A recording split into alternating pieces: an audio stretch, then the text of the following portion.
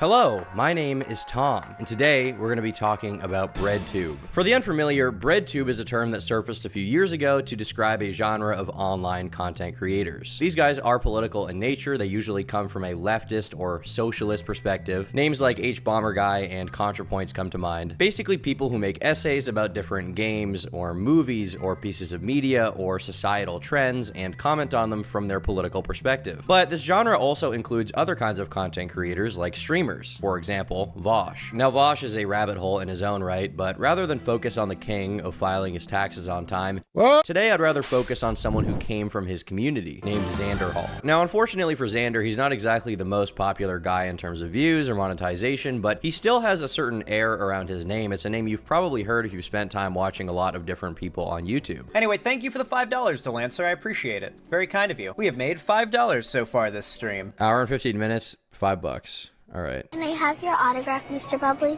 Get a job, Nick. He's a part of this weird phenomenon where he's not successful enough to profit off of his own labor, but at the same time, his name is so well known that so many different people have so many different connotations around it. But you know what? Maybe the haters are wrong. After all, who cares if you're not at the top of the BreadTube totem pole? Not everybody can be a superstar. Sometimes settling for the middle of the road or even last place can still be a pretty good position to have just to be a part of the conversation. You know what they call someone who graduated at the bottom of their class in medical school? A doctor. So today we're going to do a bit of an autopsy on Xander Hall, see where he came from, see where he's going, and see what went wrong along the way. Now, Xander Hall first created his channel back in 2015 under the name of Pig Puncher. And looking at his channel back then, he originally made content based on a particular Minecraft server called 2b2t, as well as content about nice guys. Wait, he beat me to the punch 5 years ago? I ripped this guy's whole swag off. Now, for the unaware, the name Pig Puncher is essentially a reference to the insult that a lot of people use for cops, calling them pigs. The implication, of course, being that Xander Hall hates the police. He believes there is a fascist, militarized police state that we need to take out, and he is going to be fighting the good fight to put it to an end. Alright, hello everyone, it's Pig Puncher. But eventually that name Pig Puncher kind of took on a whole new meaning, because originally Xander Hall was a part of an edgier content space. There's been a big trend in the past few years of a lot of people saying that they got sucked down the alt-right pipeline. They got sucked down into right-wing extremism by YouTube. And after that point in time, they decided to start watching left-wing content creators. They became more progressive and became a better person. Therefore, they can now talk about the alt-right pipeline. And Xander Hall is one of those people. He claims that at one point he was a right-wing reactionary, partially because he grew up in an abusive household, which at the time validated the right-wing views that he had, but also because he was spending time in edgier communities online like 2b2t on Minecraft. He's made several videos where he talks about it, like how I almost became alt-right and how I escaped the alt-right. I learned that apparently feminism is obsolete and unnecessary in Western society, that women in the West are legally equal to men in every way, and that the wage gap is a myth, and it's actually an earnings gap. And you know, whenever somebody says that they escaped the alt-right pipeline, I'm always personally curious to find out what content creators they were watching that really radicalized them, right? What made them so racist. And the examples that he provides are pretty interesting. He says that he was watching a lot of Chris Ray Gun and Shoe on Head.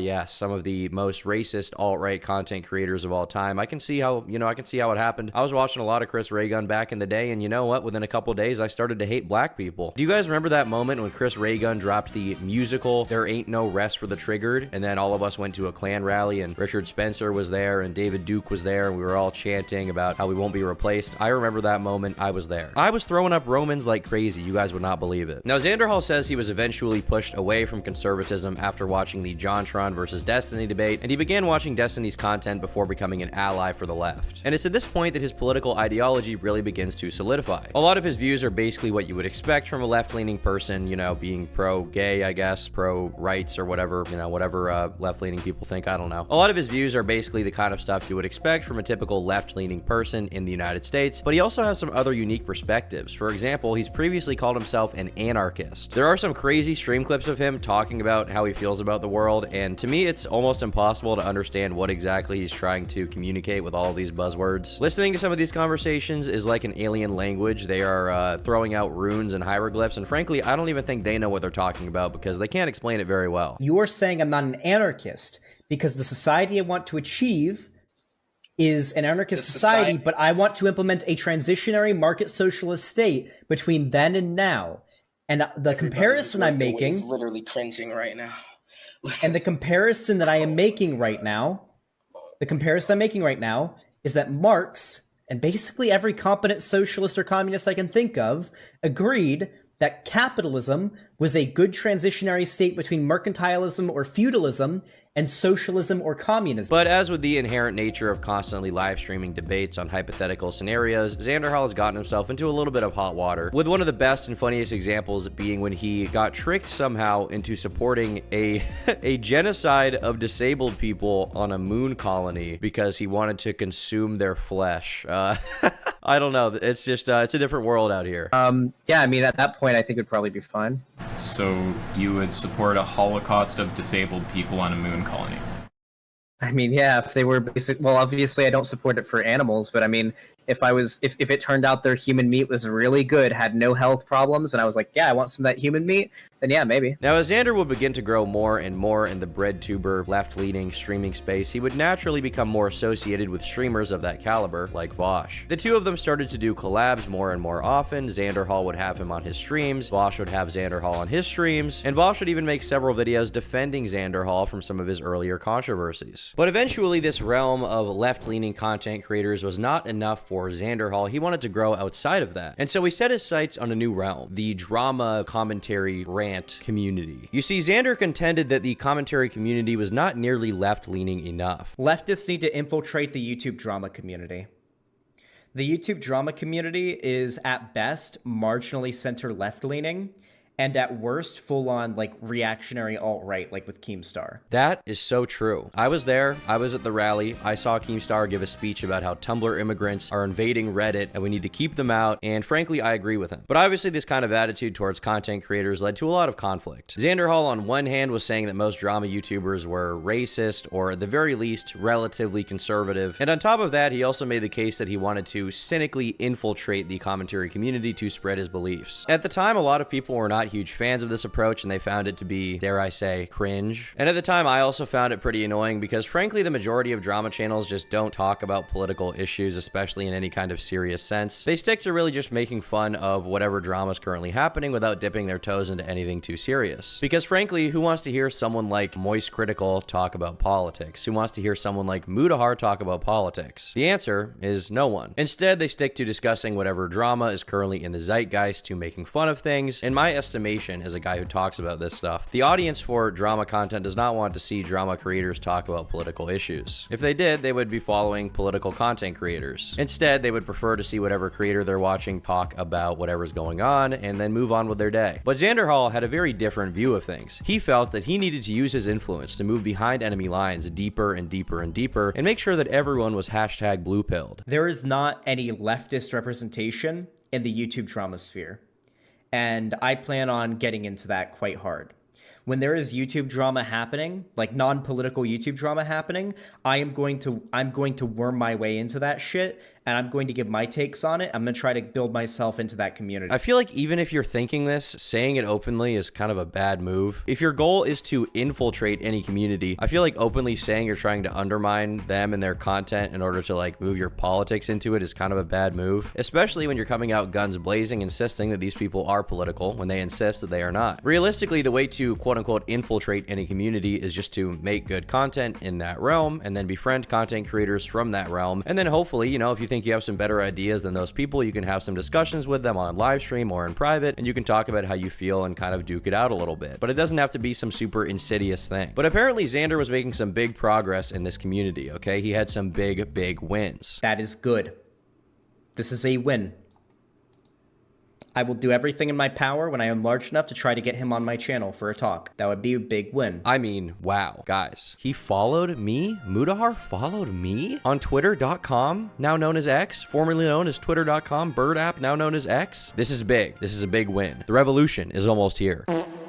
But obviously, with these kinds of assertions and accusations being made, the temperature of the room was increasing a little bit, and it would lead to some conflict, including when Xanderhal went onto his stream to have a conversation with Willie Mac Show, who is a commentary channel. I'll go first. Hello, everyone. I come in front of the commentary council today where all major decisions on drama happen. Augie RFC, thank you for having me. Welcome. And welcome, I want to man. discuss the cringe lord Xander. Oh. Today, I charge Xander with 4 major crimes against commentary. 1, Xander is a completely dishonest debater. He makes absurd comparisons while doing complete mental gymnastics. I'm charging Xander with numerous counts of being a bitch-ass backpedaler. While never admitting when he's doing it, he always comes up with some excuse for why it makes sense. Xander is also a wishy-washy little boy. In the same video, he'll go back and forth on the same opinion several times. He doesn't even notice, which I find pretty interesting. And finally, the dude is a self-admitting grifter. The conversation essentially led into Xander Hall trying to make the case that a lot of the dramas that drama channels have talked about are actually fueled by sexism more than anything else. For example, Pokimane. But dude, them going after Pokey, like with Pokey, you gave your opinion on Pokey, man. You literally summarized all the hate for Pokey as everyone hates her because she's a girl. Yeah, no, and, definitely. Yeah, and no, we don't I know think what there's- comment. I don't and we think don't know there's- what copyright it is. And you're completely wrong. Yeah, on no, it. That's missing the whole point. I don't think that most people would hate Pokey as much if she was a dude. Absolutely. Yeah, no, the drama around Pokimane is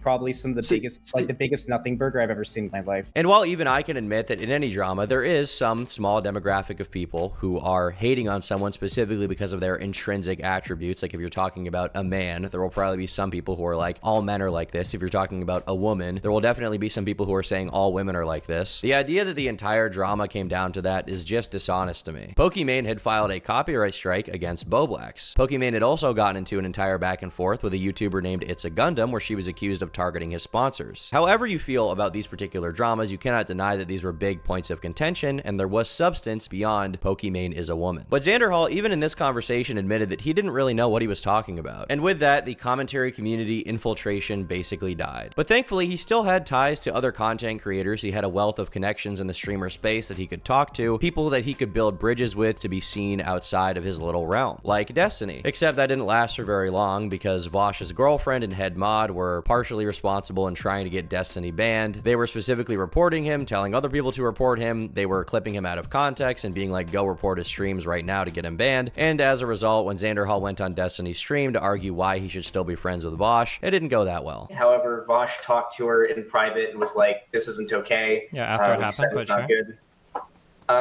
I mean, yeah, but I mean that's not Vosh, and Hyena isn't responsible. Like she didn't report you or anything. Yeah, so like that. this is the difference between like I just don't really care about this that much. And all right, that's fine, but that's just one streamer, that's just one content creator, and frankly, Destiny's a very controversial person, so whatever, you don't really need him, right? But what about Vosh? Well, eventually, as the political tides began changing, as as things got a little more heated in the world with the whole Ukraine-Russia drama situation, Russia-Ukraine drama is crazy, Xander Hall would become very, very mad at Vosh, because Vosh was critical of Joe Biden. And this ended up heating up to the point that Xander Hall would even allude to Vosh being some kind of secret right-winger. There's sort of a very clear shift he's taken in his content as we're getting closer to the election where we use, like my friend said that skimming through his thumbnails, he couldn't tell whether or not he had become a right-wing streamer. And since then, the bridge between them is seemingly burned. They're not really super good buddies anymore. And coincidentally, around the same time period, Xander Hall's views began to take a bit of a dip. His community was kind of dying. And with that, he no longer had the benefit of the doubt that he had in the past to defend himself against accusations about his personal life or stuff like that. And unfortunately, this lack of connections would really come back to bite him with subsequent dramas. Now, Xander Hall's relationship with money over the years has not exactly been the best. And I get it. I mean, sometimes you gotta make some sacrifices when you're trying to save the internet from becoming an alt-right hellhole. Xander is very similar to Batman, alright? He's in his cave on the 24/7 grind set, making videos about how PewDiePie is a Nazi. So yeah, sometimes there's gonna be some slip-ups, and I understand that. One unfortunate slip-up is that when he was so busy on his grind set, he ended up purchasing a new computer. And it was not an inexpensive computer, this was a Bat computer, and it was worth $6,000. And at that point, he he was so busy, he accidentally installed malware onto it, or malware came with it. My $6,000 PC is basically broken. I started getting System32 errors when trying to launch like 50% of my programs, so I tried everything up to resetting it to a previous date. Now I can't open any programs. I really need help here. I can't afford to replace any hardware. But hey, that's just one slip up. I mean, I understand it. You know, it happens to the best of us. But it's at this point that we discover a little bit more lore, which is that Xander Hall is not a believer in the banking system. He's anti-banking. He's a sovereign citizen. And as a result, at some point, he decided it would be a good idea to put all of the money he had into his PayPal account. And from there, someone was able to hack his Steam and then take all of his money. So someone hacked my PayPal or Steam, I don't know which one yet, and siphoned all the money out of it into their Steam account. Rest in peace, all of my money. So like either all of his money is in his Steam account or all of it is in his PayPal. I don't understand. How did this happen? Let me help you, man. How did this go down this way? Like, are you using Gabe Newell as your trust fund to store all of your ad revenue? I don't get it. You know, a single player game is sort of like a feature film where your lead actor is kind of retarded and autistic, but you can sort of think of it as a feature film.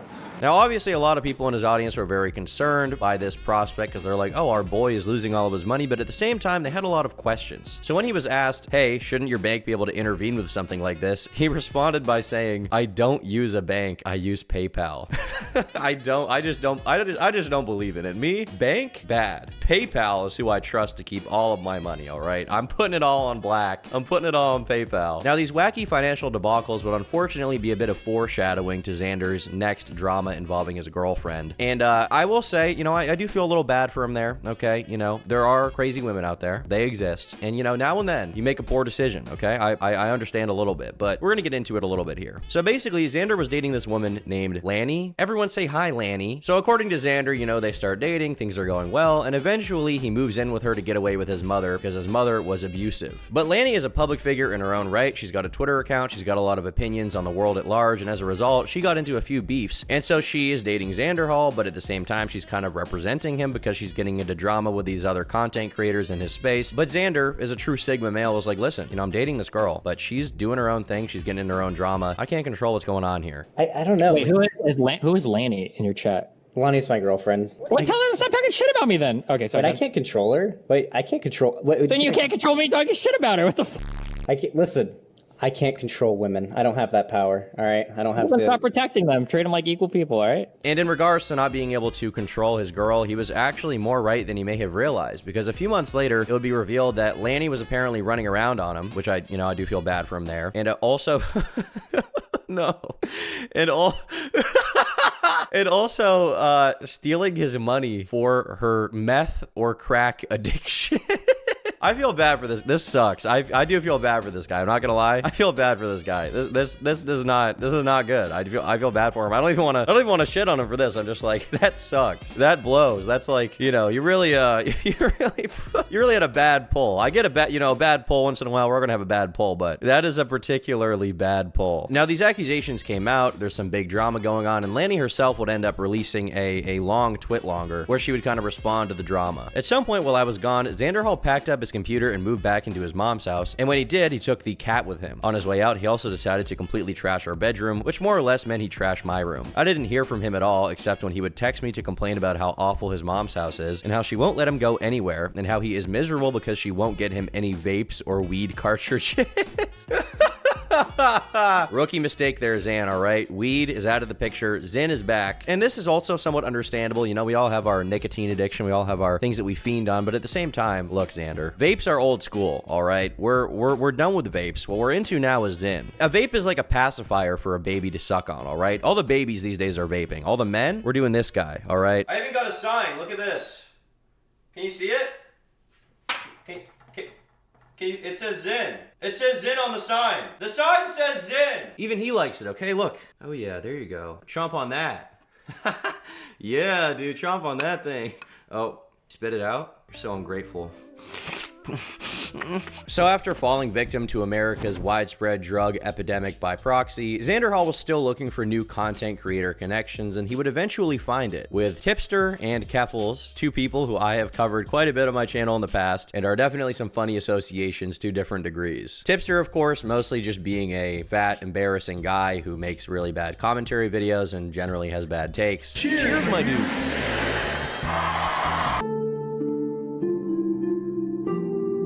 And then, of course, there is Keffels, the queen of bathtub hormones, and that's not even a joke. For those who don't know, Keffels personally funded a website and promoted a website called DIY HRT, which taught youngins how to purchase illicit materials online to concoct hormones in their own home to transition while under the age of consent. It's a good situation we're in. I think I'm like 5 inches. And Sasha says, okay, bet. Tally responds, you. And Sasha says, around the same. Wait, what happened to Mommy Big Dick? This is Mommy Big Dick. Wait, she went by Mommy Big Dick online. I forgot. Yeah, 5 inches, and she went by Mommy Big Dick.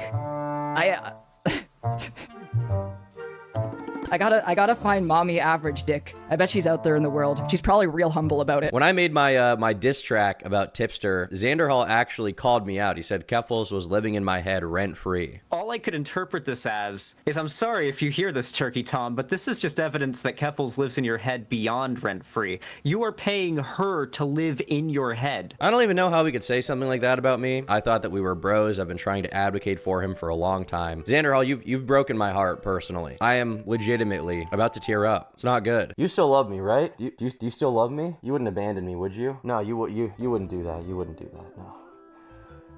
It's okay. It's okay. You wouldn't do that to me. I know. You wouldn't do that to me. You like me. Yeah. Your lips are delicious. Now, Xanderhall would also roast me for drinking Monster, and he gave his own personal anecdote about how one time he actually drank 2 Monsters. I mean, like, in Canada, like, on a Monster Energy, it's like, if you consume more than 2 and experience the following symptoms, immediately seek medical help. Oh, I drank 2 Monsters once. Biggest mistake of my life. Back-to-back 2 Monsters was not a good decision, and I never did it again. Yeah, don't do that. But I personally would never drink Monster now. It's just kind of a passé, old hat thing. And now that he's talking about an energy drink, I think that reminds me I actually have a sponsored message for this video. This video is brought to you by GamerSupps, the best energy drink to ever be created in the history of mankind, in the history of the Roman Empire, in the history of the American Empire ever. It's got 0 sugar, it's got 0 carbs, it's less than 1 calorie, so you won't turn into Boogie 2988 when you drink it. And on top of that, it is much cheaper than soda and other energy drinks. It is the best way to go. And most importantly, because who cares about any of that, right? It's delicious. It's fire. I've been drinking this lean flavor a lot, all right? It tastes really good. I'm personally a big fan of it. But if there are other flavors that you are partial to, they have something for everyone. Really helps me get through those long editing sessions and streaming sessions when I need my energy levels to be up, tip-top, on top. Helps me out a lot. And right now, they're running a Christmas sale. With every tub you purchase, you will get a free gift. That's right, a free gift with every tub you purchase. There are multiple tiers to this whole thing. First tub, you'll get a waifu or a pixel cup. With 2 tubs, you'll get a free shirt. With 3 of them, you'll get a sock. If you buy enough tubs, you can even get a Christmas sweater. Okay, why would you not want to wear this? Be honest, you want to wear it. There's no reason not to buy GamerSupps right now, so use my code TOM, gamersupps.gg/Tom for 10% off your order on top of this Christmas sale that's going on right now. You don't want to miss it. You're going to want to get in there right now and give me money.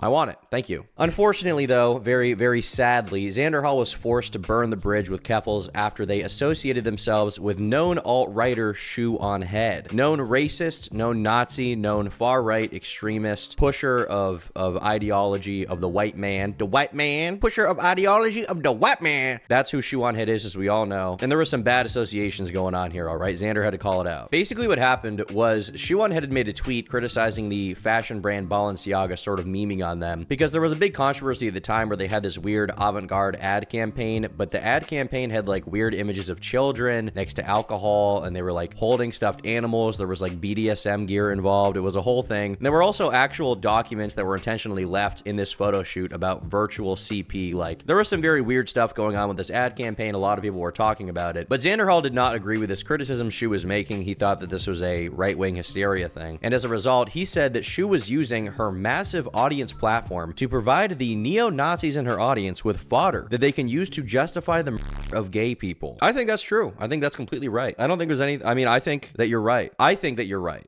That's what I think. I agree. 1000%. There's no lies detected whatsoever with that. Shoe on Head's magnitude's larger than me, and her response to me calling out her support of a conspiracy theory started by Nazis about how companies are trying to push gay LGBT groomer propaganda and normalization on people. And he'd also go on to make an entirely separate video just straight up saying that Shu is 100% an alt-right Nazi sympathizer and she is just pure evil. Shu on Head loves the company of neo-Nazis. Okay? She loves their aesthetics, lots of their beliefs, and probably doesn't disagree with a lot of their worldviews, just generally, right? There's a reason she likes to hang out with them so much. Now, Shu on Head, because she makes videos, would later make a video specifically about the Balenciaga drama. She would defend some of her takes. And during that video, she made a joke. And it was a joke about a man named Jeffrey Epstein. But Xander Hall had a big problem with this joke, you see. He took this to mean something differently. He took this to mean Shu on Head, implying that the Jews control everything. So she's just like full on... Like, the Jews are gonna get her, I guess, is what she believes. So now she's like a martyr who's gonna get, like, killed by the Jews for fighting against their, like, pedo agenda or something? Is that what she believes? Okay. I didn't choose what...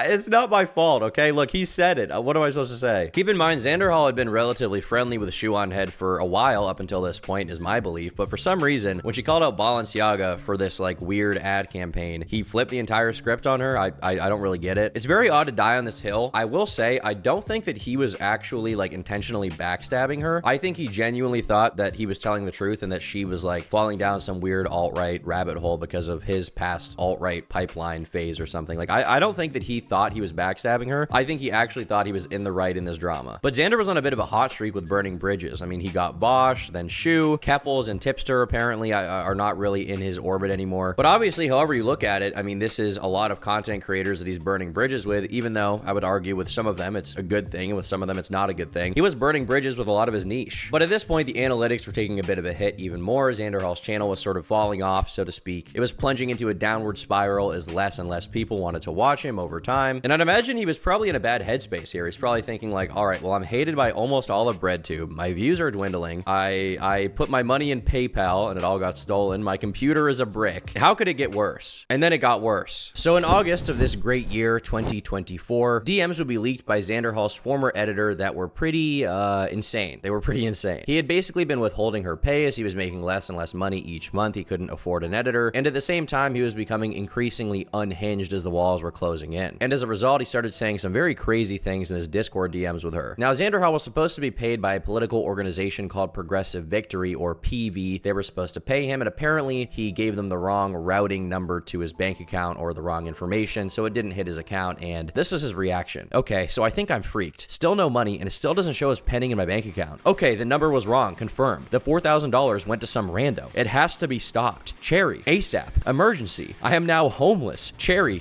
Why? Answer. Now I am going to be homeless. Cherry. I will be homeless tomorrow. Okay, we are buying my ticket back to California now. Thank you for completely ghosting me tonight. I'll never forget it. Never. The only way is for PV to pay me everything they owe me. Cherry, you have killed me. Why?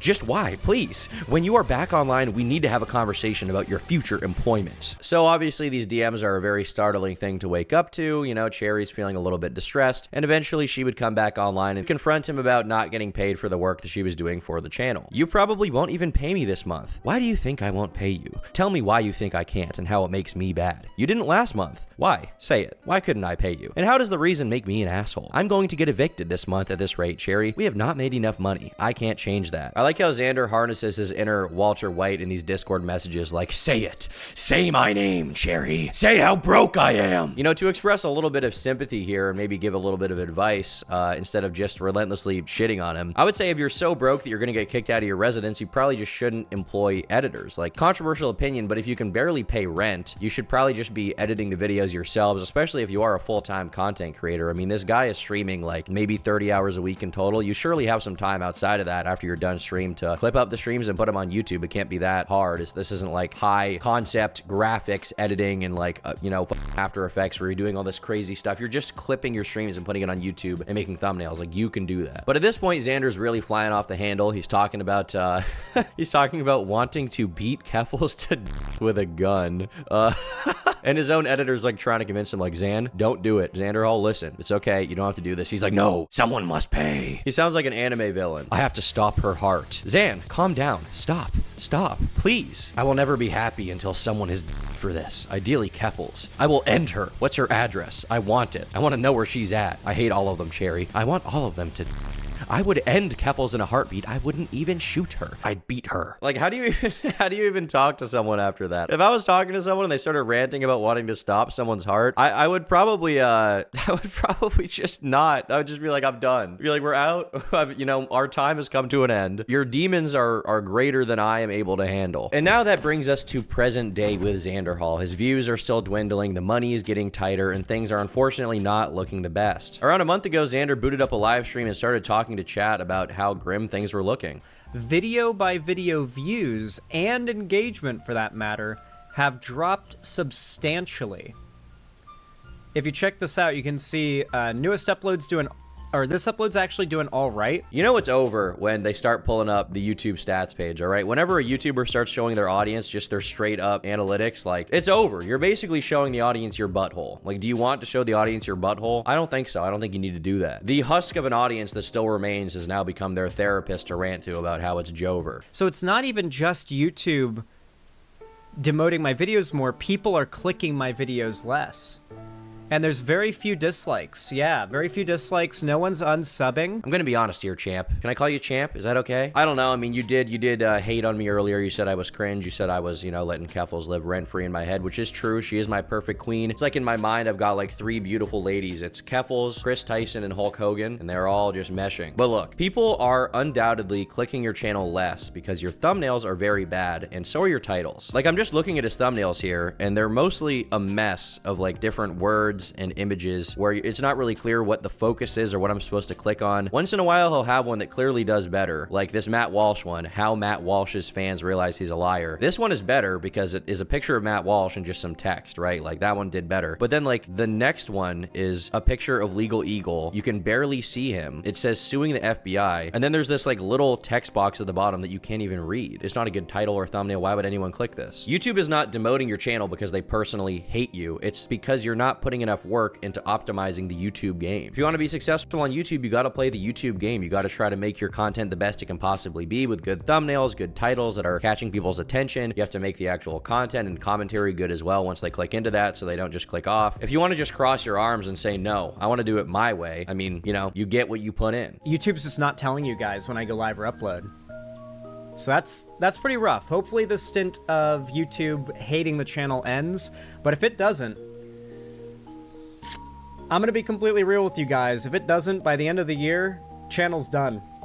Legit. Like, if YouTube doesn't, like, let the channel live, if it decides to keep this going at the rate that we're going, well before the end of the year, the channel's not gonna be viable anymore. I was kind of sympathetic to this at first because regardless of any past cringe, it is sad to see someone this down bad and just exposing themselves for everyone to see. But like at this point, it's, you know, this is your fault, dude. Acting like YouTube is some big boogeyman that hates you and that's the only reason your channel is doing poorly is objectively false. You would know if YouTube was censoring you because you wouldn't have a channel anymore, and that's not happening. YouTube only does this kind of thing to creators like Sneeko or Leafy because they make very, very controversial content that YouTube as a platform has a risk of having even on the site in the first place because they're afraid that advertisers are going to get peeved that their Coca-Cola ads are being shown on a video of Leafy being like, Pokimane is a dumb or to an even more extreme degree, videos of Sneeko talking about Chad and how he needs to do whatever he wanted to do. You know what I mean? Like that is obviously very, very ad-unfriendly content they're not going to want on the platform. You don't do that. Your Discord DMs may be unhinged, but on YouTube, you make pretty milquetoast, boring political content that frankly is not really going to raise any red flags for them. And again, if things are that dire that you need to quit YouTube before the end of the year, why are you paying for an editor? Paying for an editor is something you only really want to do when you're flush with enough profit. You've got all these fat stacks in your bank account, and at that point, it's like more advantageous for you to pay someone to do it rather than you because you need to save time. But if you have the time to do it, you should just be editing the content yourself and making the thumbnails yourself. YouTube has been doing it to almost all lefty creators. That's true, yeah. The existence of literally every other BreadTube channel that exists and is doing well completely disproves what he is saying here. Look at Noah Samson's channel. He's doing great. Look at H Bomber Guy's channel. He's doing great. Even even Vosh, who's a pretty controversial guy and is a weird guy, he is doing pretty well. YouTube clearly does not care what you make for the most part, as long as it's relatively advertiser friendly and makes them money. That is it. There is no boogeyman that is pushing you down, that is destroying your channel, that is making your channel die. And if you look at his channel, I mean, even to give him a little bit of, you know, positive advice here, once in a while he has a video that does well. He's got a video here, the Nick Fuentes situation got crazier. This thumbnail is pretty good. You've got a picture of Nick in the bottom left corner. It says tried to end him, which clearly explains what was happening without, you know, putting in an advertiser unfriendly term like tried to kill him or something like that, right? And then you've got a picture of the gunman here on the right side of the screen. It looks like it's from like a Ring camera. This is a very good thumbnail, and that's why that video did well. It's a good topic, it's a good thumbnail, it's a good title. But then you look at the next one, South Korea finally impeached its dipshit president, and like this one, the text is in the top right hand corner for some reason. Like, why is it not taking up more of the frame? I do not know. The guy's face is set so far back you can't even really see his face. You've got this little text bubble in the bottom right. Like, it's not a good thumbnail. The rest of this live stream is basically these points repeated over and over again, but in a different way, where he's claiming that the CEO of YouTube is friends with Elon Musk and Elon Musk likes Trump. Therefore, the CEO of YouTube is personally censoring left-wing content creators on YouTube, which is just not the case. From an outsider's perspective, it's not hard to feel slightly bad for him, but the pure amount of entitlement he has is honestly staggering. And this isn't a trait that's exclusive of Xander either. There are several examples of content creators that have fallen into saying the same kind of thing, like, OMG guys, YouTube hates my channel, they're killing my channel, when that's usually generally not the case. You just aren't really trying. Like them or hate them, it is undeniable that even people like Vosh still make a very good amount of money despite the controversies and